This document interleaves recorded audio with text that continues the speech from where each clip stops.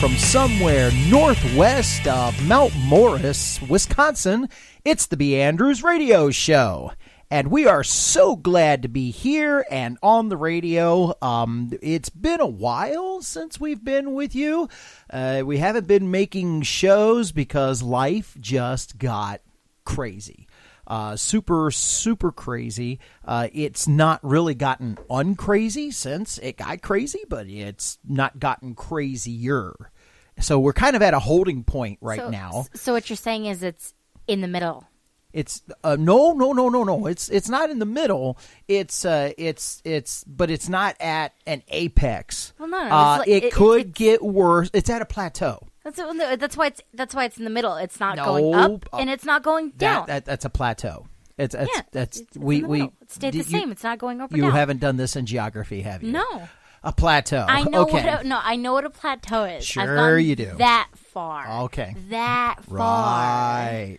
Okay. So anyway, life has gotten onto a plateau. That's currently where we are. It could get crazier from here. I pray not.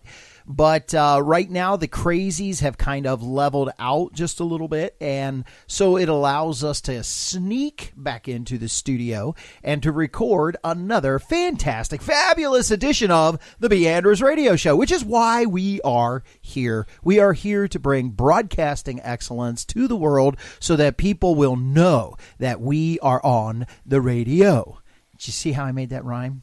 Totally. I was emphasis on sneak. We were really working. I was working hard on that. Yeah. No, so it sounded good. It sounded good. Did you like that? Yeah. Did you like that? You rolled with the punches. So a couple of things, the crazies while we were away, just, for those of you who really care about what's going on in our lives.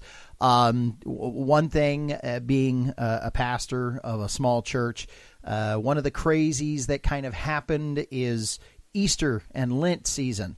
Lenten season came upon us. Every year we do a special Bible study, if you will. We call it Tangible Proof or an Intangible Faith. It's a series that we run during the entire Lenten series, and it's really, really cool. What we do is we have it on early evening, and it goes on for a couple of hours, but that's because the first hour of the Bible study is actually dinner. half hour. No, I take 45 minutes. Sometimes it ran over, but I take 45 minutes, time, because I believe in enjoying dinner, but we also have to be very mindful of the time.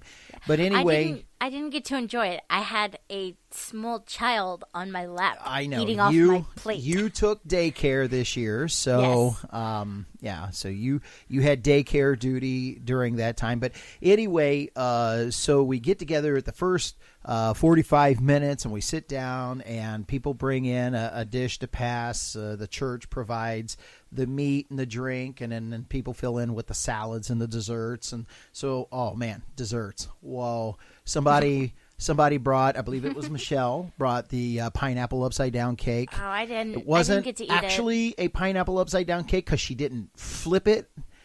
She kept it pineapple side down. It was still pretty awesome and amazing. So I didn't get to. Kudos, Michelle. Thank you for bringing that. I have another gal that likes to do wild salads, and I love salads. They are wild. They are. I mean, she likes expressing herself with the blue cheese or the nuts, avocados, the more exotic strawberries side of sometimes, blueberries sometimes. And definitely the more exotic side of salads. They are, and they are tasty. Yeah, they are very, very tasty, and so she brings those in, and so it's the meal time is just a wonderful time. And we get together, and people get to sit around, and then we go into the Bible study for the night. And the whole concept behind the tangible proof for an intangible faith is the idea that you can there are things that you can put your hands on that make the Bible real. I don't think you you can physically see it, but most of the things that he talks about is out of country and in a museum that they will probably hate you if you try to touch them. Well, okay. If you touch them, yeah, absolutely. There'll be two guys in a uniform that will come by and pick you up, and you're in trouble. You touch them. But the idea is that they're tangible. You can put your hands on them, such as the Dan Stela, which is a rock that, a lot of people thought that David, or educated people said that King David was a mythical person that was just given to the nation of Israel to be kind of like their hero. We come to find out that starting with the Dan Stela, which is a rock that was found that it's the first place outside of the Bible where there's historical reference to the house of David and David being a real person and David's lineage. There's been several other physical evidences outside of the Bible where something has been found that has had the writing for King Hezekiah, King Josiah, Ahab, King Ahab. King Hezekiah, right? Both of those are listed as good kings, Hezekiah and Josiah. Yeah. So pretty epic. Yeah. So both of those kings, we have found things that give reference to them. So in other words, so it's tangible things. And so we went over those. Or if it's not a tangible thing that you could put your hands on, is a real place that really existed. We have found the real Gath, where Goliath came from. We have found, and they're excavating. In fact, the interesting thing about Gath, out of all the places where they're excavating in Israel, it is considered to be the one that is giving the most archaeological finds. Yeah, right now it has the greatest wealth of archaeological finds happen to be coming from Gath. That's cool. We have found the original city of Jerusalem, or what they call the city of David, and we come to find out that it's only 12 acres big as opposed to modern day Jerusalem, that has all this stuff in it. We have found the pool of Shalom that is referenced.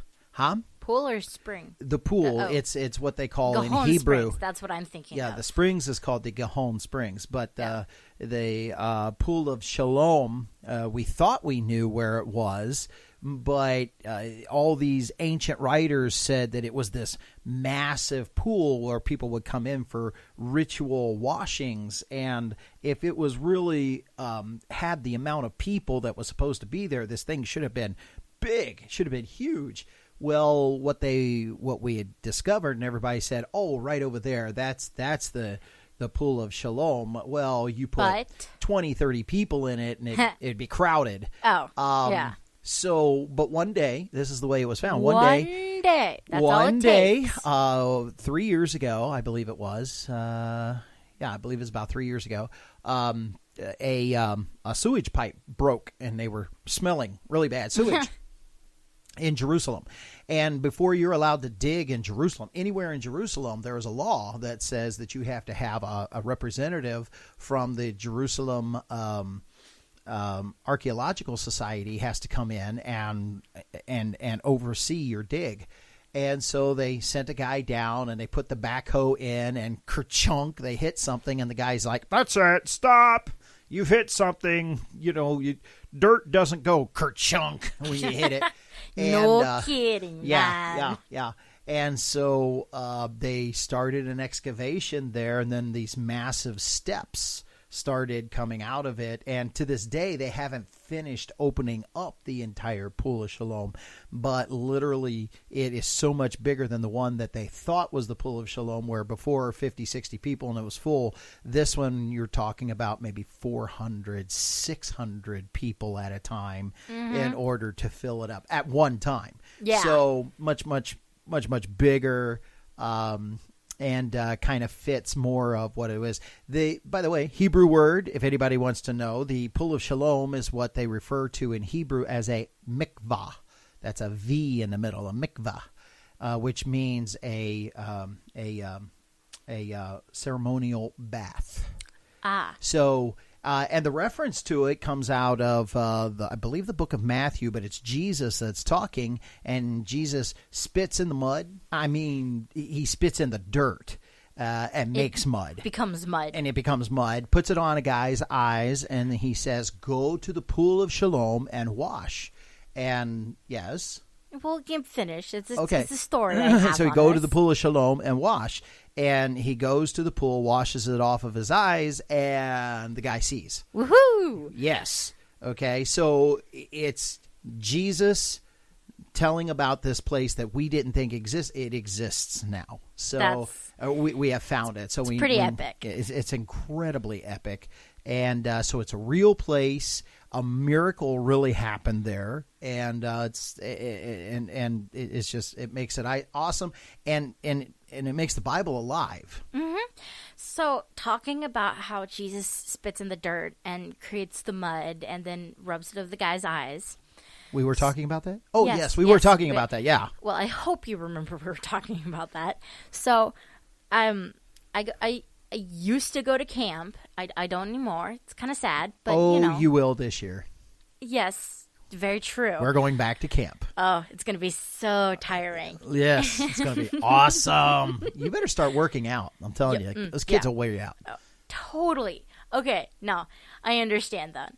But we had an exercise with our group of kids. I was always the orange team. So we went over You were the this Donald Trump team? No, serious. Anyway, go ahead.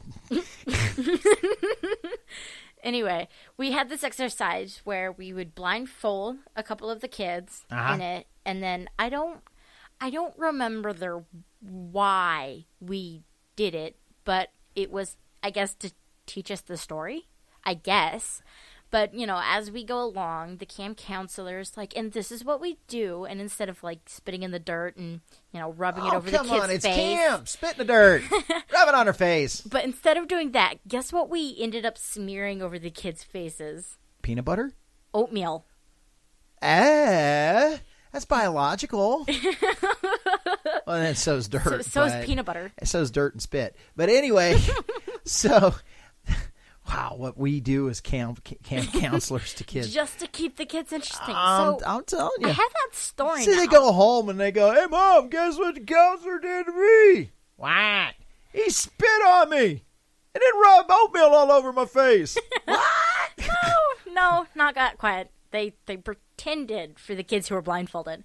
Funny thing, I got to put it over one of the kids' faces, but they were blindfolded, so...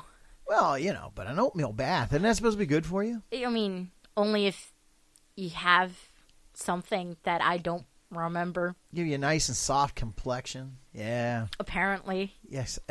Exfoliate and all that other stuff. That's supposed to be a sugar scrub, Dad. I have no idea. Anyway, moving right along. So that's what Tangible Proof and the Bible study that we were doing was all about. And so that's been going on for the past 6 weeks, and then coming right up to Holy Week, things just went kaboom, kind of crazy. And in the meantime, in the middle of all this, Emily is away doing a whole nother play. She did one I want to say quarter, coming out of Christmas, heading into the new year. It was almost 2 months ago now.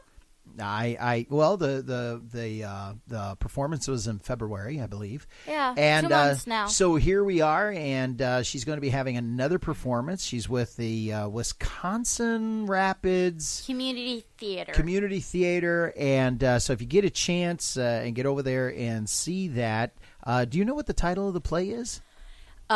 Dearly Departed. It is supposed to be a Southern comedy, which for the people who actually know the South and its many parts, you will be amazed. Let's just say amazed. They will be interested in their accents. You will be amazed. It's a bunch of Northerners trying to sound like a bunch of Southerners. You know. Yes. So anyway, it will be very interesting. So Dory, they have a dialect coach.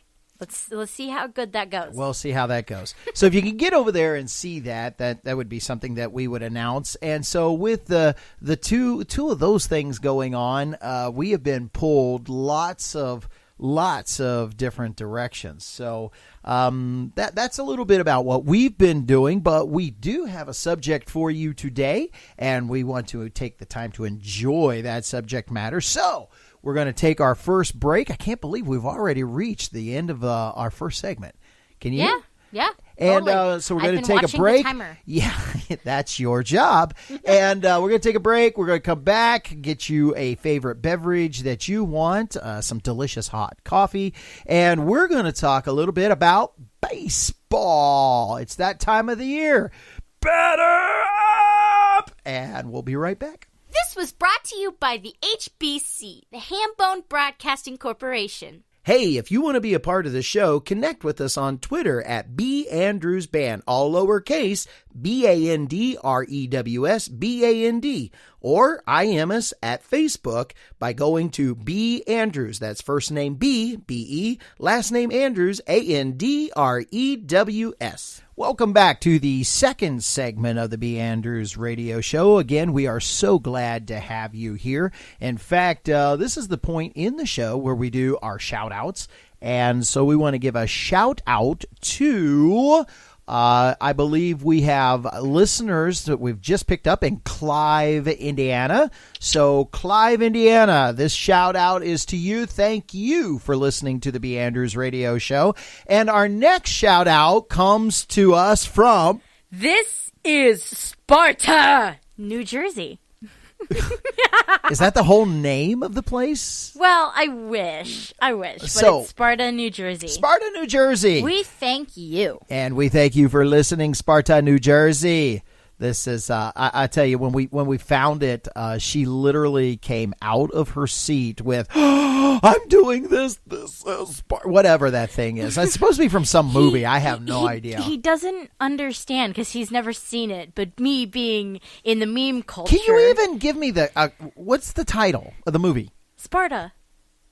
Okay, no, I got nothing. No, I've never. Being in the meme culture and the vines, I understand and see a lot of stuff. So well, and of course, we want to go back to giving a shout out to our favorite coffee house right up the road from us here in Plainfield, Wisconsin, and that would be CJ's Cafe. So if you're ever around, you're traveling right up the center of Wisconsin on I-39.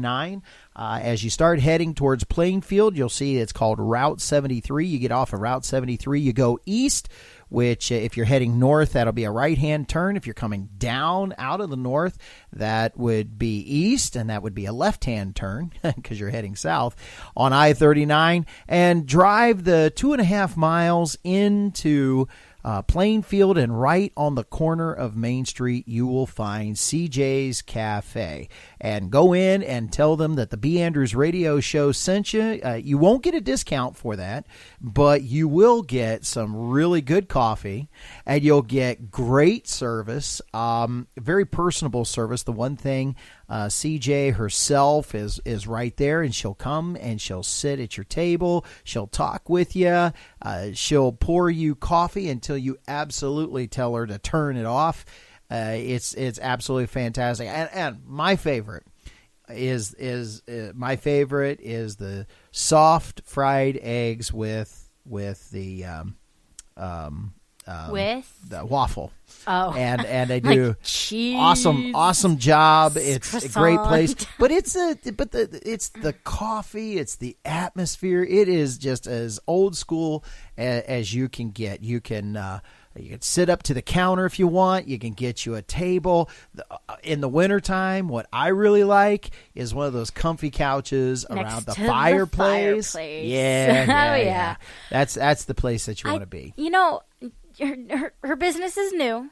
Not even a year old yet, is it? It's I think we're coming up on a year. Yeah, it's getting close, but still there. but I don't know if she gives discounts yet. I don't. Her volume is still kind of low, so but go in and But she has some faithful few. Yeah, she has some faithful bunches. But it's just the cost of what it takes to be able to run a restaurant. And but go in and tell her that the B.Andrews radio show sent you. And that you should also tell other people so that we can also send them. That's right. That's right. This is how this works. So head on down to CJ's off of Route 73 in Plainfield, Wisconsin, on the corner of Main Street. We're going to talk to you a little bit about baseball. I grew up listening to baseball on the radio. One of the reasons why I love radio and doing radio is because of listening to baseball on radio. I learned more about baseball by listening to Marty and Joe and Vince Scully, by the way, who actually a lot of people don't know. He is in the Broadcasters Hall of Fame, Baseball Broadcasters Hall of Fame. Vince Scully is. He did the Dodgers baseball game for the Los Angeles Dodgers. You can tell my age when I said that. If I was really old, I would have said the Brooklyn Dodgers, but I don't go back that far. There are two major eras in baseball in my mind. Now, I'm such a novice that people would argue with me about that, I'm sure. Well, on Wikipedia, you are from the live ball era. Anything past what they consider the live ball era, they consider the dead ball era. So, it's pretty straightforward.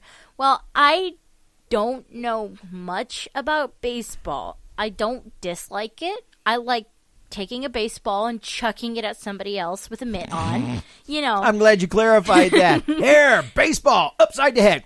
Oh, no, what is that? No, 2 years in a row I got hit in the face with a baseball.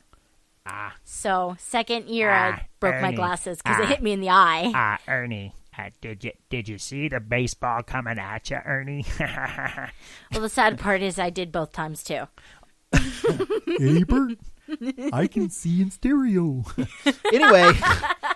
Wow. So anyway, but what I learned about baseball, there's two major eras of baseball. There's the 1920s, which in the 1920s, the dominating team was the New York Yankees. Okay. Which I think 7 out of the 10 years in the 1920s, they ended up winning the World Series. Oh, wow. But being from Cincinnati, there's some huge baseball tradition.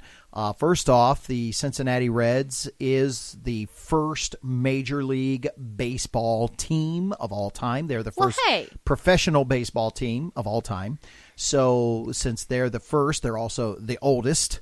And for those of people who don't know, originally they were the Cincinnati Red Leggings. That was their original name. So Red Leggings just don't cut it nowadays, so we call them the Reds. Yeah, that's actually way cooler to just be a color than color and leggings. Which the Boston team, the Boston Red Sox, was actually but they were actually the Boston Red Stockings. Huh. So it's much cooler to be the Red Sox than it is, stockings, because both of those items nowadays are feminine products of hold it there. Hold it right there. You watch your phraseology, young lady. I'll have none of that on this radio show. Hey, clothing articles, Dad? Oh, that's not what. Okay, I'm I glad was for that. Following it up afterwards. I'm glad for that definition or redefinition of what you said. All right, but the other major era of baseball is the 1970s. And that was when the Cincinnati Reds dominated baseball. with you spewing all these facts, what do I need this thing for? Well, because I remember generalities. I don't remember facts. You're getting ready to get us down to some facts, but I just wanted to lay the groundwork here just a little bit. And that's the era that I grew up in. Yeah. So the Cincinnati Reds back then, they were such a dominating baseball team. They were called the Big Red Machine. Because when you played them, it was just a machine. They would come out and they would just play ball and just keep coming at you like a machine, like a clockwork. And they would, they had it down to a science. They did. So we're talking about guys like, oh my goodness, Johnny Bench. We're talking about Pete Rose, one of the most controversial guys in baseball. We're talking about Joe Morgan, David Concepcion. Wow. Foster was in the outfield. Ken Griffey, which a lot of people were more familiar with his son, Ken Griffey Jr., because Jr. took on a huge home run thing. Later on, Ken Griffey and Ken Griffey Jr. came back, and both of them were playing on the Reds at the same time. It was like only the third or fourth time in Major League history that a father and son were on the same team. Wow. Wow. Yeah, and I think I don't think Griffey was playing. I think Senior was a coach. But it was like one of the first times that had happened. I got to see Pete Rose break the all-time hit record in Cincinnati, so he's the all-time greatest hitter, but he's not allowed to hold the record because he's been banned from baseball. Well, that's... And so, interesting things like that. Two of the... Go ahead. You have something. Well, I was just going to kind of give a lead in. With all of that you're talking about with world records is something we're going to talk about later in the show. But right now, we're going to kind of go up to 15 interesting baseball I think those facts. are going to be all that we're probably going to get in on this particular show. We'll save the other ones we'll make another show out of the other one. Get Emily in here because she actually really enjoys the baseball. We got to get down to Miller Park this year, go see the Reds, and the Reds aren't doing good. I'm watching. They're not doing good. There was one game that I saw that they won by 1 point. Yeah. Yeah. it's called a run. It's baseball. It's not a point. See, it's a run. Anyway, it's going to be a learning so let me just make this me. one fact. That I don't know if this fact will be in your interesting facts. All right. But arguably, two of the greatest baseball players of all time, Joe Jackson and Pete Rose, both of them are banned from baseball. I do not think it's in here. And not only are both of them banned for baseball, but they're both banned from baseball for the same thing. That's sad. It is. That's sad. Do you know what it is that they're banned for? We talked a little bit about it, but betting on baseball. Yeah. Betting on their own team. Yeah. So, anyway. All right. Here we go. Give us an interesting fact. You got 15 of them, right? 15 interesting facts. Are we going baseball Are we going bottom to top, top to bottom? No, top bottom. Top to bottom. Number 1. The number 1 is called Wrong Way. The fact is that Jimmy Piersall celebrated his 100th home run by running the bases backwards. You mean he backpedaled around the bases, or he went from third to first? Jimmy Piersall was ecstatic to say the least. His life became the basis for the book and movie Fear Strikes Out, which chronicles his battle with bipolar disorder. Some of his stunts include walking up to bat wearing a Beatles wig, talking to the monument. Talking to the monument of Babe Ruth at Yankee Stadium and climbing a grandstand roof to heckle at umpire. Quite interesting. The granddaddy of all of his stunts occurred while paying for the Mets in the 5th inning of the game against the Phillies. He hit the 100th home run on his career and promptly ran the bases in correct order, just facing backwards. I guess he was fast enough to do it, but wow. Needless to say, Mets manager Casey Stengel was not amused, and he quickly gave him the pink slip.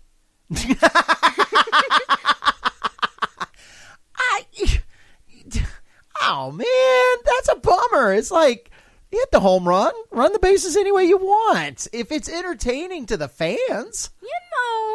Obviously he wasn't amused. All right. So I'm sure he's not the first manager that was not amused. Well, we'll hold up right there. We got 14 more of these to go through, and we'll get them all in our next segment, or if not the next segment, at least the next two segments of the B.Andrews radio show. So fill up your cup and come on back. We're going to talk some interesting baseball facts. If you'd like to hear more of the B.Andrews radio show, visit us at our YouTube channel at B.Andrews Band. Hit the subscribe button if you'd like to hear more from us, and to stay updated, hit the bell. Remember, at YouTube at B.Andrews Band. You can do it. We can help. That's B.Andrews' stance. Are you in good hands? Welcome back to the third segment of the B.Andrews radio show, where we're talking baseball. Woohoo! Yes, also known, a reference to a baseball team is the Boys of Summer. So we're getting ready to do that, and we're looking at some very interesting baseball facts. That's one of the coolest thing about baseball. Baseball is all about the statistics. And there's so many statistics in baseball, like, how many guys have the most ABs, and there's tons of abbreviations. And we talk about ribbies or RBIs, and we talk about percentage on base, and you talk about slugging percentage, and you talk about innings pitched or IPs, and you talk about strikeouts, talk about earned runs and earned run averages, and there's just all that different kinds of stuff goes on into baseball, and it's a statistical nightmare, really. Oh yeah, I'm sure the person who wants to do it says there's so many parts that they have to continue breaking it down. Either they absolutely loved doing statistics right before they got into the baseball, and then as soon as baseball came around, they absolutely ruined their love for doing statistics. Well, or they kept it going. Well, like me, I learned baseball by listening to baseball. Marty and Joe on the radio. I mean, see how that rhymed? See how that rhymed? No, I don't really listen to the radio. I don't really. Oh man, I'm not one for sports. Radio is the greatest way to listen to baseball. And one of the things that you can do is you can get you a book. I don't know if they still do this. Marty and Joe did this regularly when they were on the radio. But you get you a book, and you can score the baseball game in the book. I'm sure they have it out there somewhere, vintage baseball scoring things in a thrift store or a old-timey shop that goes, look at the past, let's make sure we remember this, but put our own spin on it. Well, it's probably the way that you score a baseball game, like when a guy hits the ball and he puts it into play. Well, first off, you score the pitches, so you've got balls and strikes. But when the guy is, so that's where the announcer will talk about the count. It's a 1-0 count. It's a 2-1 count, and balls always come first. So it's 2 balls, 1 strike. So, and they do that when the count is full, it's 3-2. It can't go anywhere else. You're either going to walk the guy or he's going to strike out, 1 or 2.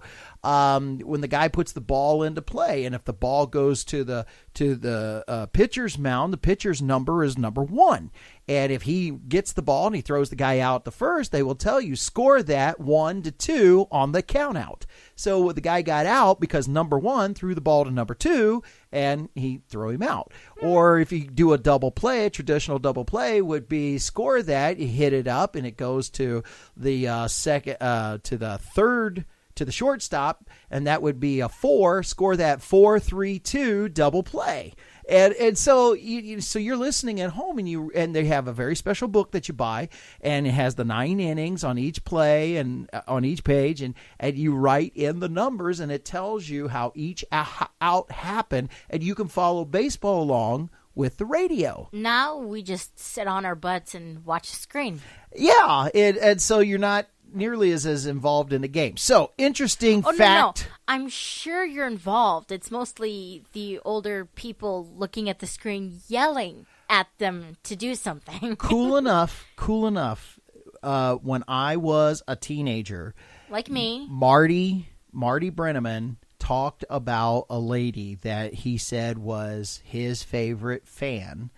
She, for 65 years, wow, 65 years, when I was a teenager, had scored every Reds baseball game and kept the book and had the complete books for all the Reds baseball games for 65 years. That's a dedicated fan. Yeah. We're talking in 1980. So she started scoring Reds baseball in the 20s. Wow. Okay. That's pretty cool. That's dedication. Oh, yeah. That's absolutely totally. dedication. Okay, I was getting ready to start. So, interesting fact number 2. Okay, interesting fact number 2. It's called 1 out of 3 Ain't Bad. Don Baylor played in 3 straight World Series for 3 different teams. Yes, I've seen Don Baylor play. He's a pitcher, isn't he? Let's see. Good player for a number of teams, winning the MVP in 1979 and 3 Silver Slugger awards. He is regarded as one of the most underrated players of all time. Okay, Don Baylor. All right. Being 79, that's the era that... Okay, who did he play for in 1979? Okay, keep going. Interesting facts. All right. You want number 3? Oh, you're not going to tell me who he played for? Okay. Baylor made the World Series 3 times in the career, as they just happened to be consecutively in 1986, the Red Sox, 1987, Twins, and 1988, the Athletics. That would be the A's. Well, it says Athletics, yes, all right? Officially the long name is, but they're known as the Oakland A's. All right. Okay. All right. So, winning kind of. Is this number 3? This is number 3. Number 3. Bobby Richardson won the World Series MVP for a losing team. Ooh, that has to be a rarity because losing team rarely gets the MVP. Okay. All right. The team he played for was the Yankees in the historic 1960s World Series. Coming off of a down year, the Yankees chewed up the league and going into the World Series against the Pirates. People had already given the Yanks another title. It was not meant to be, as we all know the script. I don't. Bill Mazersky hit a home run. Mazersky. I know the name. All right. It's a ski of some sort. Hit a home run to win it for the Pirates and pull off a major upset. Richardson stole the show, however, by batting a .367, driving in 12, and hitting a grand slam. Richardson, in baseball terminology, it means he batted .367. Don't say the point. Well, it's there. It's there, but right. baseball fanatics know when you say don't say the point. He batted a .367. Okay, go ahead. And driving it 12 and hitting that's a grand 12 slam. ribbies or RBIs. It just says 12. Yeah, RBIs. Okay. And Richardson is the only player to win an MVP on the World Series runner-up. He's the only one to get an MVP for the losing team. Okay, I know that would have to be rare. In any sport, you don't pick your MVP from the losing team. So, go ahead. Yeah. All Number 5? 4. We're not moving that fast. No, go ahead. We're not. Ground control to Major Perry? Gaylord Perry hit a home run after his manager said they'd put a man on the moon first. Before he hit his first home run? Yep. Isn't Gaylord Perry a pitcher? No, not if he's hitting a home run. No, there's pitchers that hit home runs, but if it's his first one, they would put a man, and that would make sense. They would put a man on the moon before he would hit a home run. Okay, the debating in 1962, Perry played in the era where pitchers weren't only expected to pitch, but to hit as well. That's right. That it changed in the mid to late 70s where they gave what they call the DH or the designated hitter. Yeah. Okay, so that's where a guy comes off the bench and that's all he does. Yeah. And it's only the junior circuit that does that.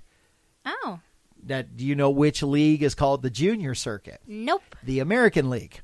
That goes way back in the day because the original league was the National League. Ah. And then second, they brought up the secondary league, or known as the junior circuit, the American League. Talking to reporters over his pitcher's inability to hit, San Francisco Giants manager Alvin Dark joked, "They'll put a man on the moon before Gaylord Perry hits a home run."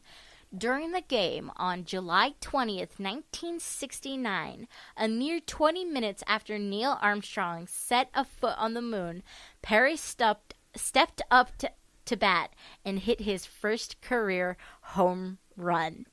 But the manager wasn't lying. No, no. But you want to know what? They got the man on the moon.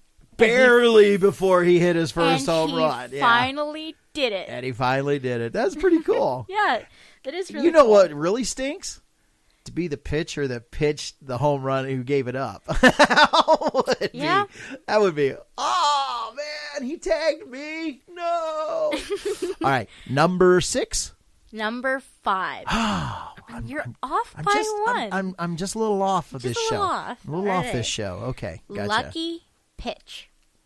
Oh, there's a lot of those. Oh, I'm sure. Ken Ash won a game on only one pitch.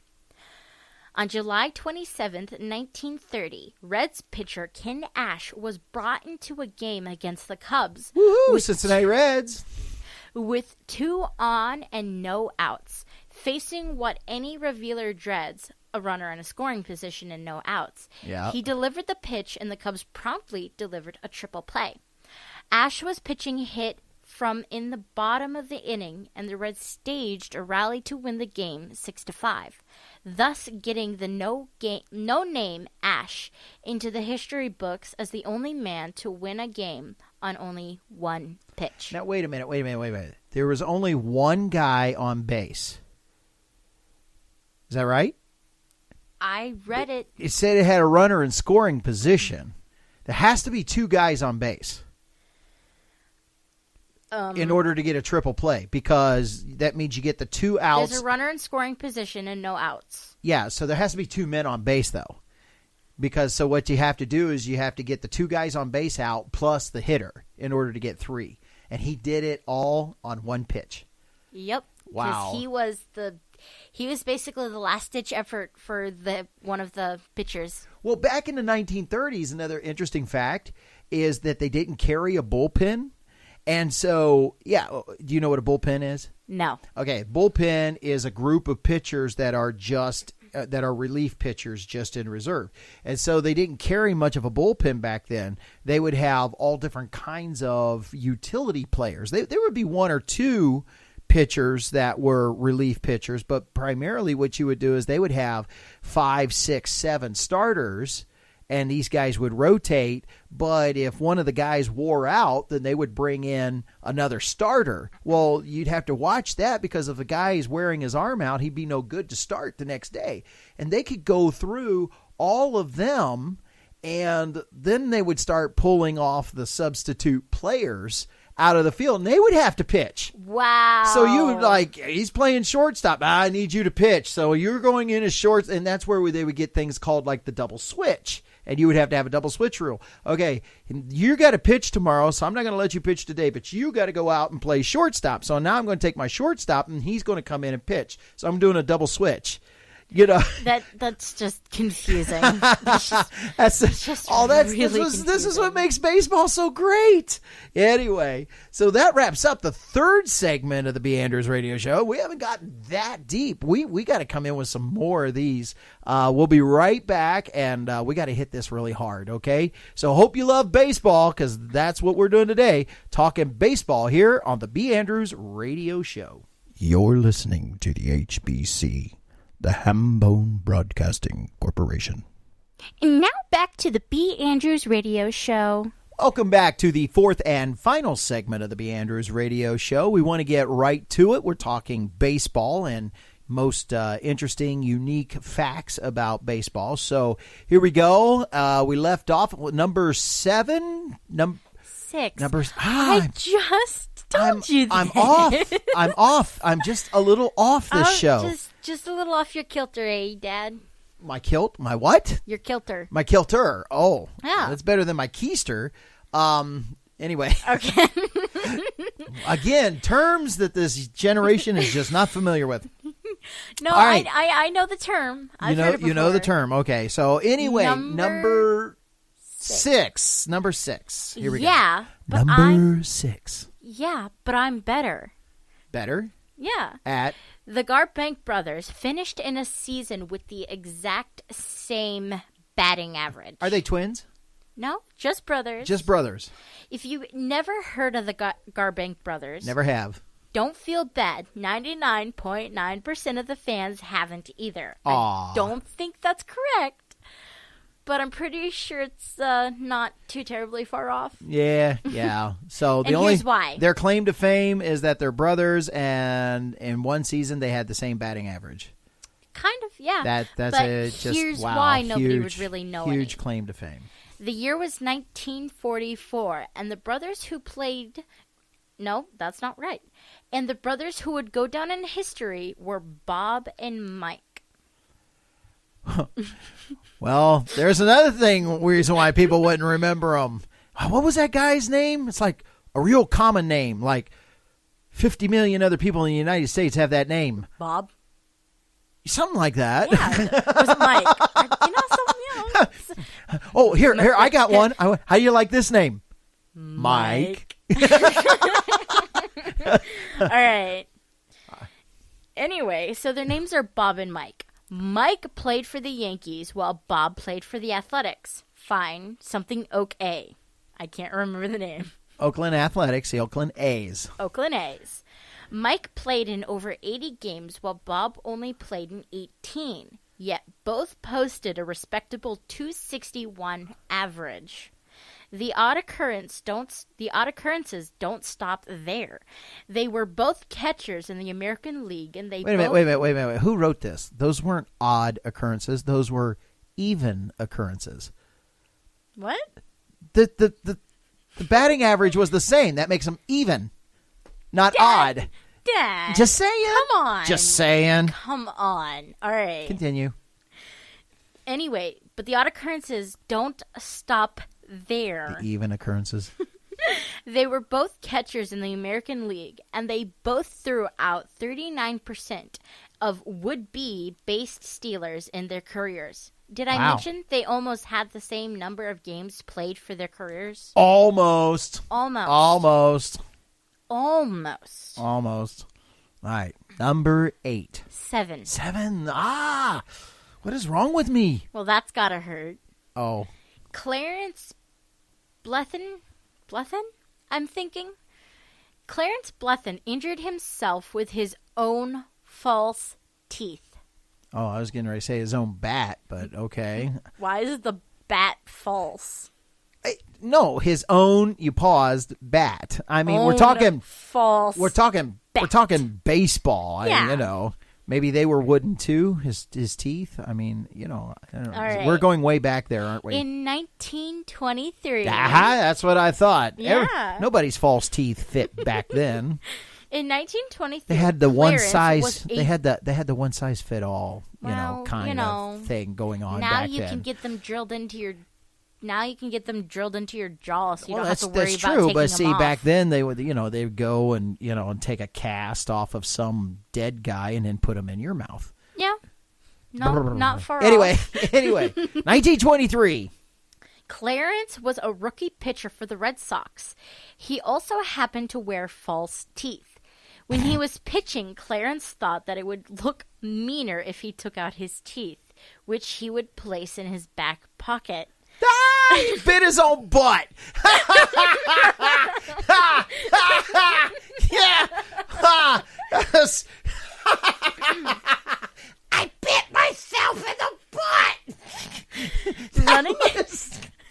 running the bases one day, Clarence forgot about his false teeth And in he his slid. pocket. And as he went to go steal second, his teeth clamped down on thus making Clarence Bellethon the only one man to be injured by biting himself in the butt. I told you. I called it. Doing a happy dance in my seat. I called it. Things you just don't admit to. Yeah, you know, I once bit myself in my butt. And you're just like, and you put them back in your mouth? You nasty man. You nasty. I don't know why back in 1923 you would want to put false teeth in your mouth in the first place. I don't know why you would want to put them in your back pocket. You don't, look, I about choked one time. We're on a band tour. Yeah. I pulled a harmonica out of my top shirt pocket, and I went to go play it, and I about choked because of the lint in my pocket got into my harp. And it's just, I'm dying. My eyes are watering and all this other kinds of stuff.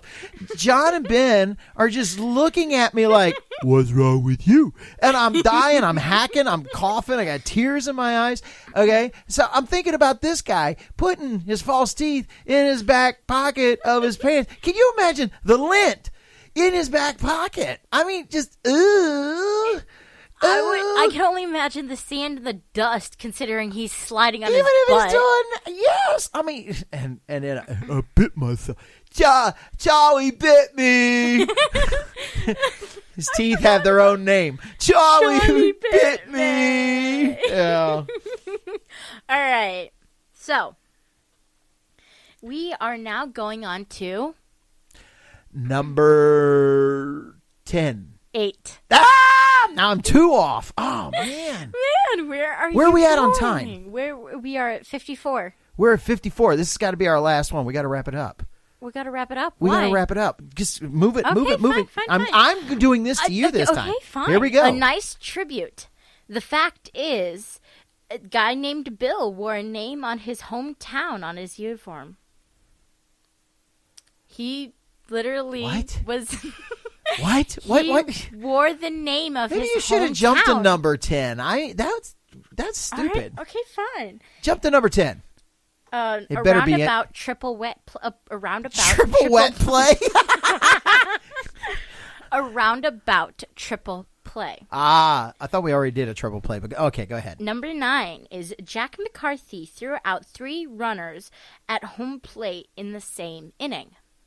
Huh? I wonder if that's a record. In 1905.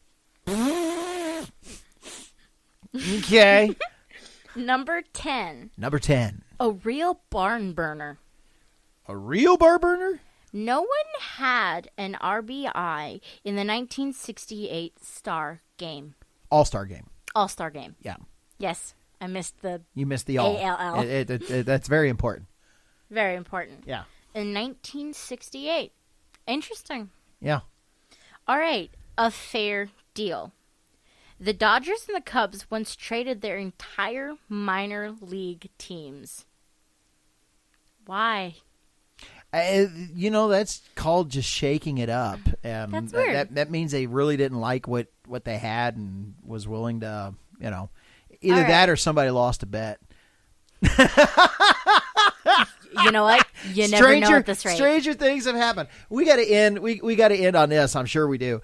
But there is, for those of you who are baseball fans out there, one of the coolest footages of baseball film is I can't think of his name. He's 6'7" and he pitched for the Seattle Mariners.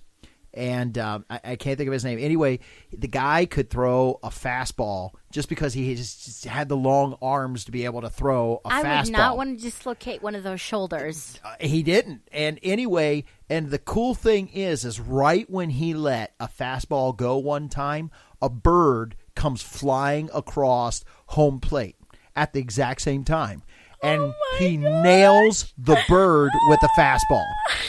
And you just see feathers. We're talking about a 95 mile an hour fastball this guy would throw. And all of a sudden you just see the catcher goes to catch the ball. The batter is looking at the ball. Everything's happening. All of a sudden, instant feather, just boom, the bird explodes, and it is one of the coolest piece of film footages that you'll ever see. So I am gonna correct you here. We don't go to 55. We go to 60.